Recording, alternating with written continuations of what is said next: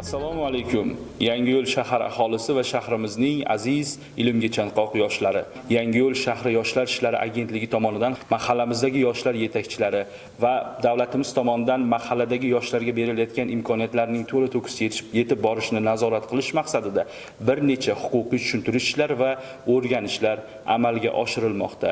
Bulardan eng avvalo biz bemalol aytishimiz mumkin, yoshlar daftaridan yordam olish tizimi bo'yicha bugun Yangiyo'l shahrimizda faoliyat yuritayotgan 21 ta mahalladagi 21 nafar yoshlar yetakchisi barchasi yoshlar daftaridan yordam olishning amaliy ko'nikmalarini yoshlarga huquqiy, qonuniy asosda yetkazib bermoqda.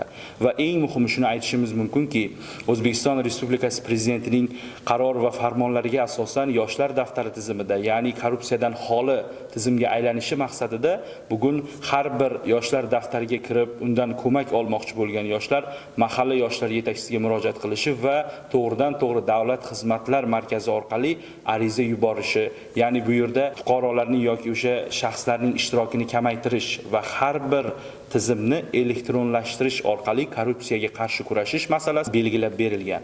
Xususan bugun Yangiyo'l shahrimizda Yoshlar ishlari agentligi Yangiyo'l shahar bo'limi hamda Yangiyo'l shahar adliya bo'limi bilan hamkorlikda huquqiy tushuntirish, yoshlar o'rtasida huquqiy ongni kuchaytirish maqsadida bir nechta tadbir loyihalar amalga oshirilmoqda. Xususan maktab o'quvchilari mahalladagi faol yoshlarimiz ishtirokida siz qonunni bilasizmi ko'rik tanlovlari o'tkazilmoqda. Bulardan asosiy ko'zlangan maqsad o'sib kelayotgan yoshlarimizni, xususan mahalladagi yoshlarimizni korrupsiyadan xoli insonlar qilib tarbiyalash va ularga halollik vaksinasi bilan o'sishlariga ko'maklashishdan iborat.